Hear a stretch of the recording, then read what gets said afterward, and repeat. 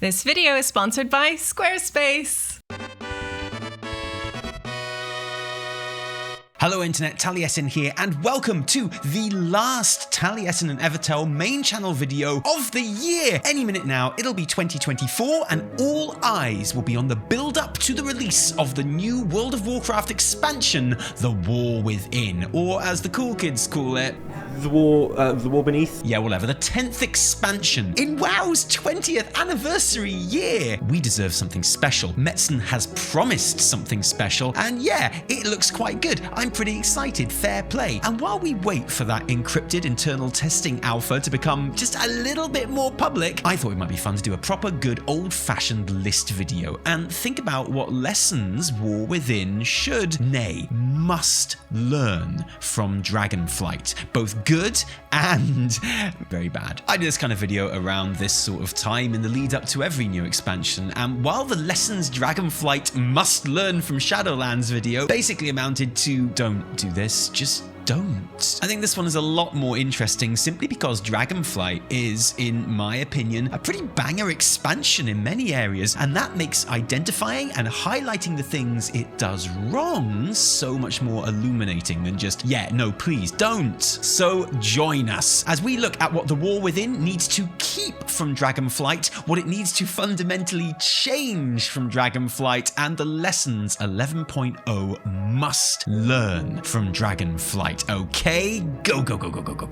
Roadmaps. Let's start with a nice one. In fact, more than a nice one, a big fat dub. A lesson learned that has proved an absolute triumph, and that's the now apparently yearly roadmap. In our Lessons Shadowlands Must Learn video, we highlighted content cadence as probably the single biggest issue the expansion needed to tackle after BFA's sluggish patch schedule. A lesson which Shadowlands didn't just not learn, it kind of anti-learned it and got worse, having the longest wait between launch and 0.1 patch in WoW expansion history. Bad times. So in our Lessons Dragonflight Must Learn video, we again made it a top priority to speed things up, and Dragonflight didn't just learn this lesson, it absolutely destroyed it. You can set your watch by the arrival of some new patch or other every 8 weeks in Dragonflight, which is good enough in itself, but it's the roadmap which is Blizzard's real stroke of genius. Laying out a plan for content a whole year in advance just helps everyone relax, you know? You always know that there is new content coming, and soon. It builds excitement, but also tempers expectations, and rather wonderfully, Blizzard have developed a habit of dropping a fair few surprises in there too as we go along. And so this first segment of this video was going to sing the roadmap's praises, and the lesson War Within was supposed to learn was basically going to be, yeah,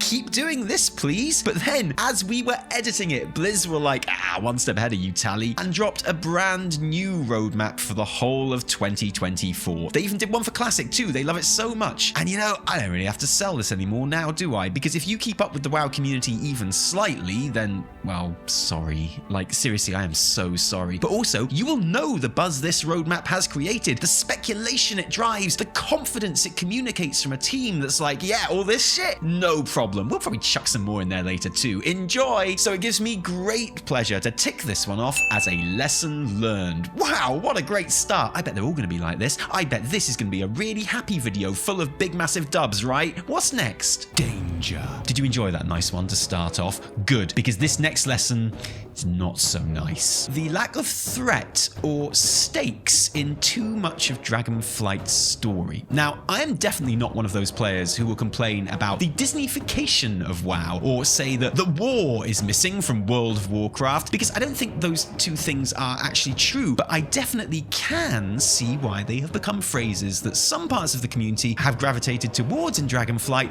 and why they have become criticisms that you hear leveled at the expansion so much. I think it is fair to say that Dragonflight as an X-Pack did lose a lot of momentum narratively in that middle Embers of Neltharion patch in quite important ways. After a solid ending to the first raid, where the primal incarnates were released into the world, a trio of baddies who look awesome and actually are awesome, the stage was set for Dragonflight's story to really kick up a gear. You'd had your opening patch of exploration and discovery curry and making soup, but the real baddies are here now, and they are baller. So shit is about to get real. And unfortunately, I think Dragonflight dropped the ball here, and one of the worst things it did was selling Firak's attack on Xal'atath Caverns and Aberrus as a distraction from the main event of Iridikron and his grand plan. We just released these guys. We were ready for the stakes to be raised higher than Bane on the Coney Island slingshot, but instead of the plot getting suitably serious and the stakes getting raised, instead of any feeling of real danger,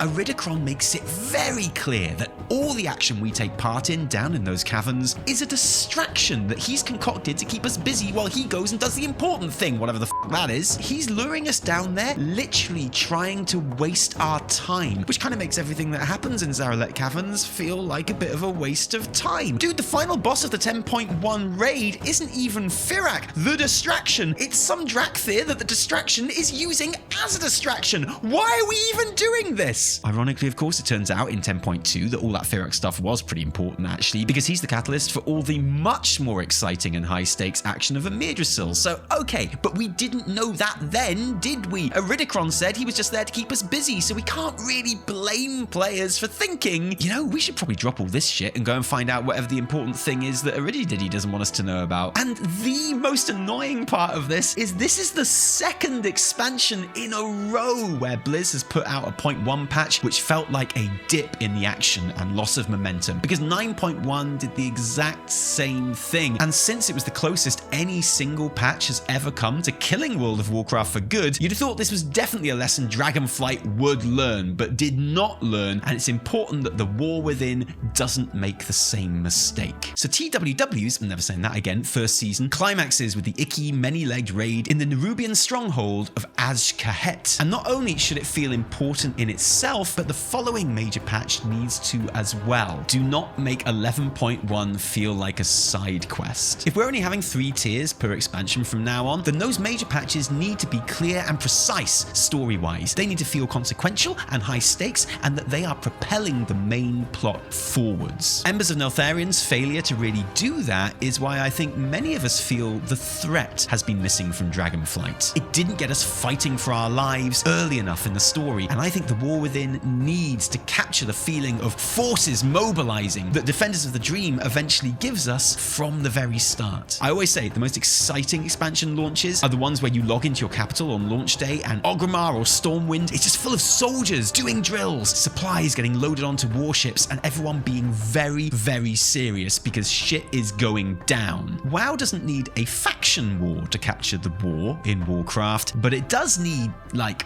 a war most of the time, I think. And you know, the very name, The War Within, is a pretty good sign that Blizzard might have heeded this lesson. Raid cinematics. Ah, yes, the raid ending cinematic. The reason we all tune in to watch Squishy and his Wowhead buddies bop through normal on the release of every new tier to see what reveals, what excitement, what juicy lore nuggets await, all wrapped up in that new cinematic meisterwork. Now, in my opinion, the title of best ever raid ending cinematic is a straight up tie between Icecrown, because I mean, and Taurus, because I'm not sure seeing the Titans and Sargeras for the first time, plus the Velansai, plus the sword in the planet can ever really be topped for sheer wow factor. But I also love Tomb of Sargeras for the Argus in the Sky reveal, which was insane. Siege of Orgrimmar for its factional drama, and I'd even give a solid sneaky shout out to Vault of the Incarnates. Actually, revealing the Dastardly trio like that was really cool. Probably fair to say not every raid ends on such a high note. Most don't even have a cinematic, and of those that do, it's hard to love Wad's instant Grom forgiveness, and the Jailer's death was about as deep and fleshed out as everything his character had done before that. And as for Emirdrasil, the final raid of Dragonflight, well, I think it's clear from the many varied reactions to that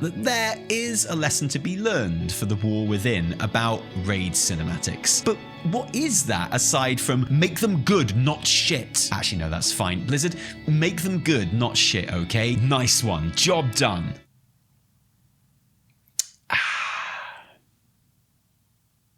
What, really? You want more? Okay, fine.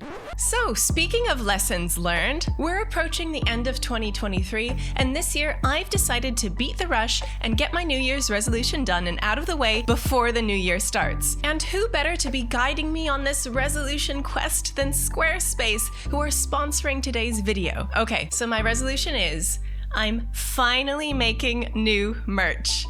Okay, that's kind of a lie. There's my other resolution gone. I'm finally using Squarespace's amazing built-in merch platform to repurpose an old design, but to sell it directly on our own website. TLDR, the classic original obviously shirt is back, baby. And like everything I've ever put off, it was so simple. I linked up Printful to our Squarespace account, had a look through their huge catalog, and chose arguably the most boring but also universally loved item, the classic tee. I popped into the handy designer, uploaded my already existing design, and boom! Instant shop. And when I say instant shop, I'm not kidding. Squarespace's shop integration literally created a page for my item, published it, and made it instantly buyable. Resolution achieved. Lesson learned. Mind blown. They even have a handy checklist for getting your shop in order, including adding more products and payment methods. And because it's Squarespace, of course, you have the option to change up the page layout using their handy dandy editor. And when I say editor, I mean you literally press a button and it changes the entire layout for you. The things I could have achieved this year if I just pressed the button. Hey, there's always next year. And by next year, I mean 2025, because I'm already way ahead on this resolution game. How about you? Ready to launch your own merch with the click of a button? Then go to squarespace.com/Taliesin Evitel or use code Taliesin Evitel and you'll save 10% off your first purchase of a website or domain. I'll see you later.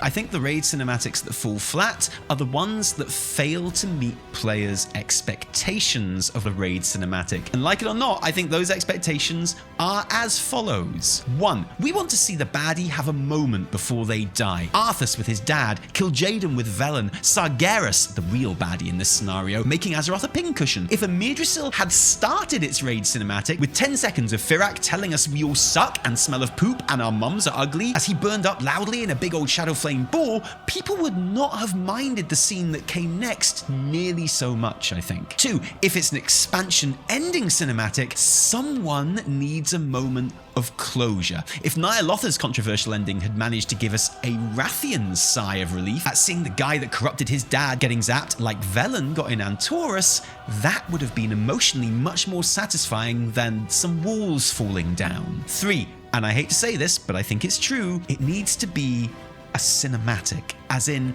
a proper pre-rendered cinematic, as opposed to a real-time in-game cutscene. And I fully acknowledge that WoW's in-game cutscenes are awesome these days, but as it stands, they are not the event that people want at the end of a raid. The Ny'alotha cutscene was great. It showed you and your raid about to get killed, and then your character specifically saving the day. That's cool, but it was paired with a lackluster pre-rendered cinematic, and so people felt shortchanged. Rightly or wrongly, it doesn't matter. That's how they felt. And the Yggdrasil ending? 20 seconds of actually very cool pre-rendered real cinematic, and then a cutscene. And in this case, people felt even more shortchanged because our characters aren't even in this one. It didn't need to be an in-game cutscene. Honestly, distaste for the writing aside, and yeah, I didn't love that either. But again, write better isn't really a helpful criticism, I don't know. This is what I think rubbed people up the wrong way the most. And you can fairly point out that straight after that raid ending, there is loads of great dialogue and other cinematics and cutscenes and legit awesome RPG experiences to go through, and that is absolutely true. Everything about Yggdrasil's post-raid experience is awesome, but the raid ending is what people who aren't playing the game see. That's what a huge amount of people are judging the entirety of the ending of the story on. Again, rightly or wrongly, it doesn't matter.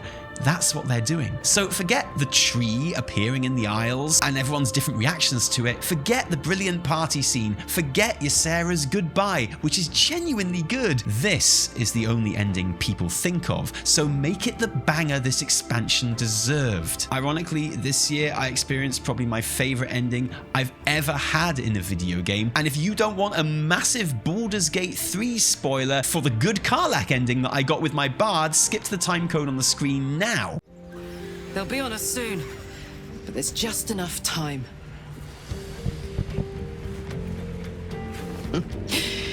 Thought I was done with these.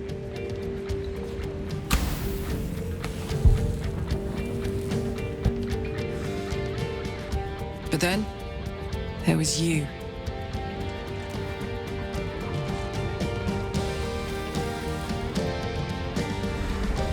Imps are fast, but careless.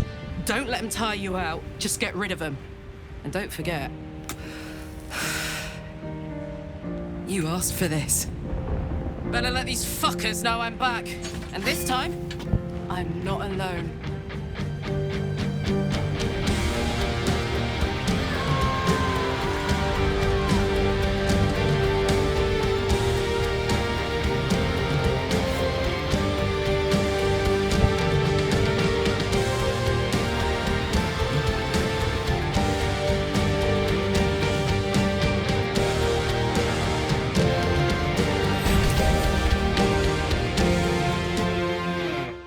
There's nothing to it really, is there? But it is just a big, satisfying payoff for a cool character with a brilliant, enduring final image before its credits roll. It's incredible. And I have to ask, what's the final image of the Idrisil cinematic? I couldn't even remember myself. I had to go just look it up, and it's just the aspects standing around. And it's fine, but it's not the kind of iconic, lasting image that a raid ending should be aiming for. Like this, for example, or this.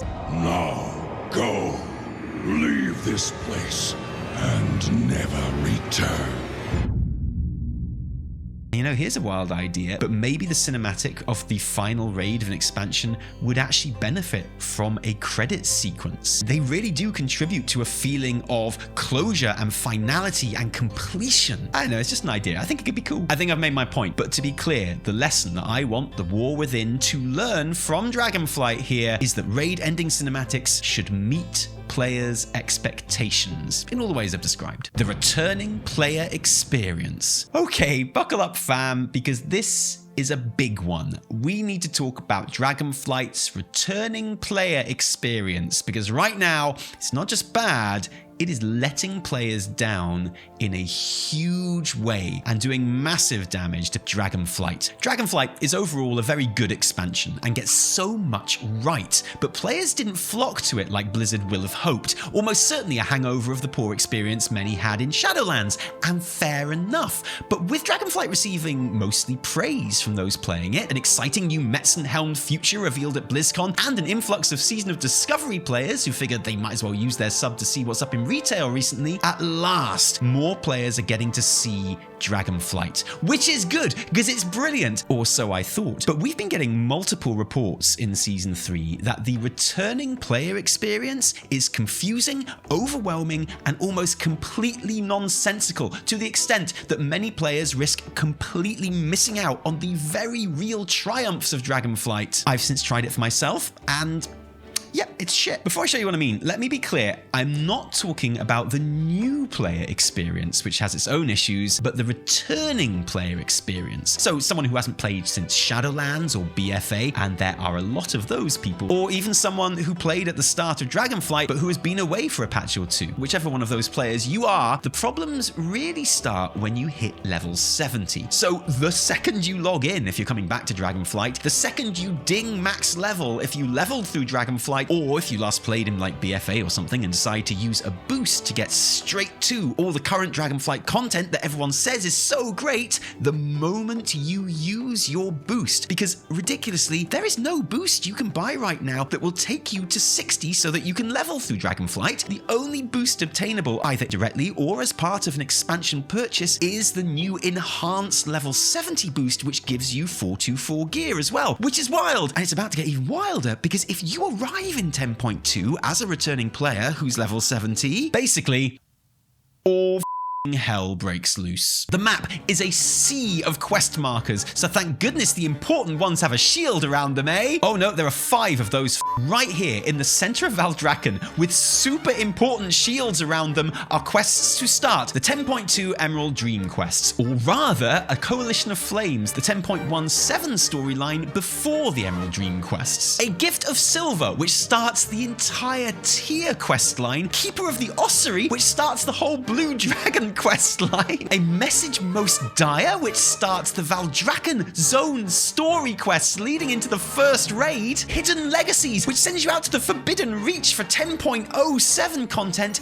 and an Emerald Summons, which is an Anaran Plains Renown quest line that the dragon gave me. So even if we ignore Chromie, Nosdormu, Stony Tony, Other Kalagos, Mela, Kazra, Lauren, and Therazal, who all also have quests in this area, there are a lot of quests that the game really looks like it wants you to pick up. But don't worry, I got a pop-up when I logged in recommending that I start the Emerald Dream quests. So as long as you don't have a whole bunch of neglected add-ons popping up on your character that you haven't played for ages to completely obscure that, you'll be fine. Anyway, I do manage to pick up that quest, and since I'm there, I pick up some extra shield quests as well, just to see what's going on, and soon completely lose track of which one was the Emerald Dream one. I look at my quest log, and I assume, I don't think unreasonably, that it's an Emerald Summons. So off I pop to the Emerald Gardens to start questing with Marithra and, Rymek? I know it's only after I do a handful of these quests, which I've done before, don't forget, that I realise this isn't the way to 10.2 at all. This is the Onaran Renown questline, which will eventually lead to Ysera returning from the Shadowlands and Malfurion taking her place, which is all very well and nice and everything, but which gets me nowhere nearer to 10.2 stuff. The quest I should have followed was Fire Season, which is the 10.1.7 stuff with Firak and Viranoth. And that's only if I want to get to 10.2. What if I actually, want to experience the expansion properly in its entirety? Because I've heard it's really good. What if I want to, do the story? Well, me, that's what, because there is no indication which order these shield quests should be done in to experience these quests in a coherent narrative line. Nothing. You're just bum out of luck. It's complete guesswork. And I cannot begin to emphasize how insane this is, how needlessly messy and random all this is. It confused the shit out of me. I've played every damn day of this expansion. I've done all these quests. If I actually was returning to the game, I can totally see how I'd have just the whole thing off and gone back to Season of Discovery. It's absurd. The War Within cannot pull this shit. Might I suggest a slight improvement? When a returning player hits max level, either by leveling or boosting, don't just bury them under a mountain of disparate, confusing, very important looking quests with no clue what's going on. Ask them what they want to do. When they hit 70, give them a pop-up which literally says, yo, do you want to carry on going through the story in order, or do you want to go straight to the current patch content where your buddies are all at? If they choose the latter, grey out those other quests and put a massive red arrow over the one they should take to get to Yggdrasil. If they choose the former, disappear all of the other quests except the next in the story chronologically. It's a bit handholdy, sure, but if the alternative is this absolute shit show, I think most players are going to thank you for it, honestly. Dragonflight has been so good at letting players decide what they want to do with loads of non-mandatory content everywhere. How about we extend that choice to returning players too? Current patch to play with your friends or story time, you decide. Okay, I could talk about this even more, but this section is far too long for a list video, so I'm gonna move on to some nice quick ones, okay? I promise, number 4 is finished. Speaking of being finished, our Squarespace merch site is live and ready to go. Tally, look, let me walk you through this. So, we'll go to the merch page. There it is, with a price on it and everything. Have a nice little zoom in on my splendid artwork. Crisp. And look at all those colors. Oh, I'm gonna add one to my cart. Look, there's a little cart icon, and there it is, in your cart and ready to buy. Wait. Tally, look, we've just made our first real sale. This is incredible. We're in business. Tally! Got your Christmas present sorted. What? Don't look. Can I wear it? Maybe. Thanks, Tally. Don't forget that you too can feel the thrill of your first absolutely legitimate sale when you head to squarespace.com/Taliesin Evitel or use the code and get 10% off your first mega e-commerce website. Thanks, Squarespace. Thanks, Tally, I guess. And Happy New Year!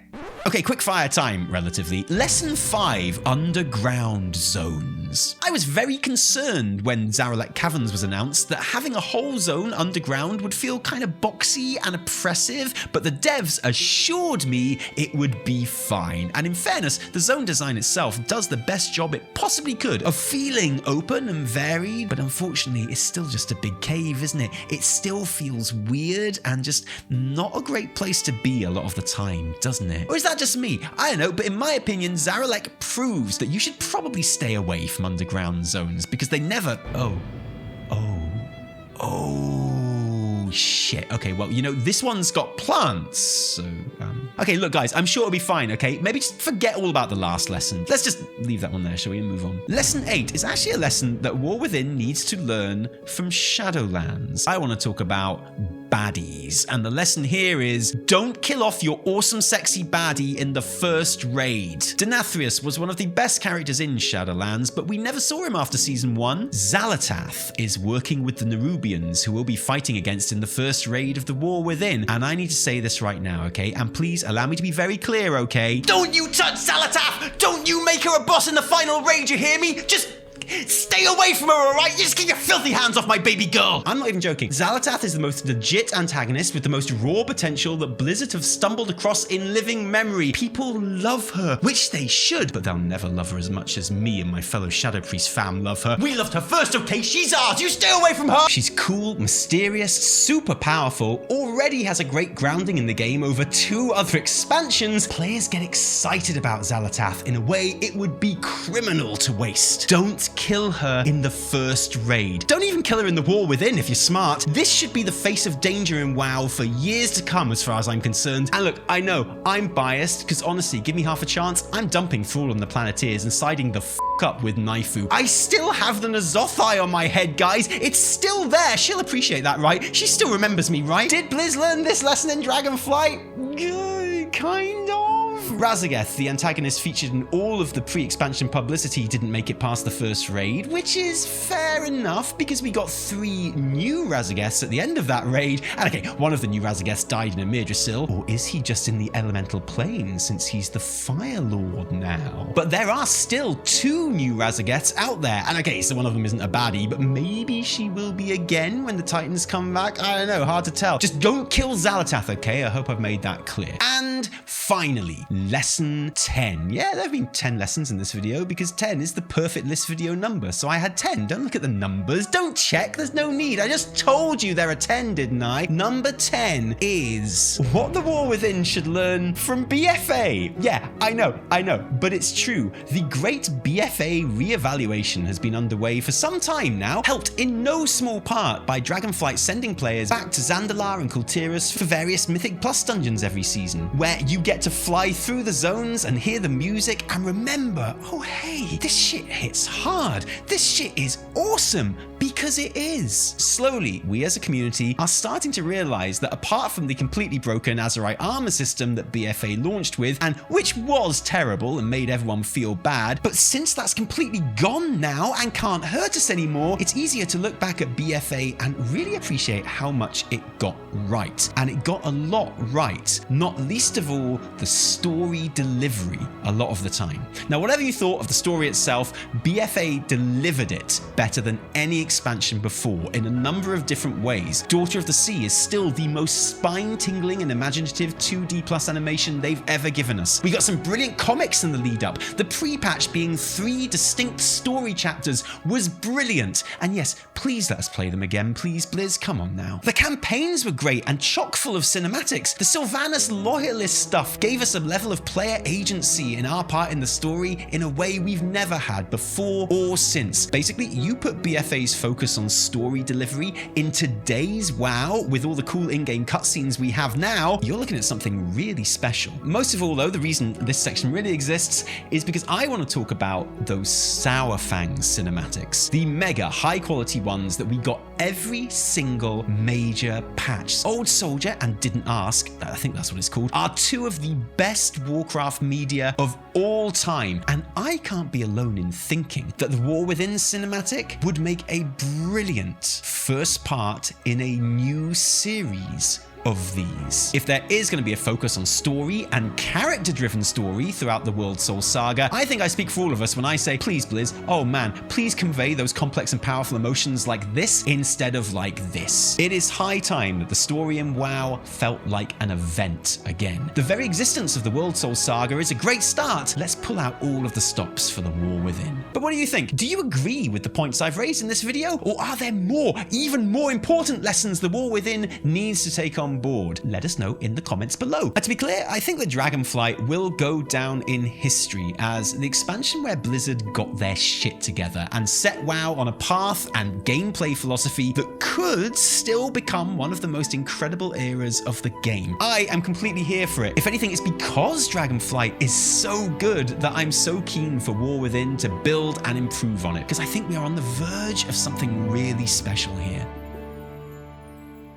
Thanks for joining us today and throughout the year. For us, 2023 has been a year of fixing up an office and a house and getting the kids sorted and settled. We are really looking forward to 2024, the 20th anniversary year, and all the WoW goodness it's sure to bring. Most of all, we look forward to talking about it with you. If you like this video, don't thank us, thank our patrons who give their actual real life money to make all of our work happen, because without them, without you patrons, this channel simply would not exist. So thank you so much, sincerely, for allowing us to create WoW content for you all. If you didn't like it, that's fair enough, isn't it? It's only your opinion, you're entitled to it. Have a great new year, cheerio!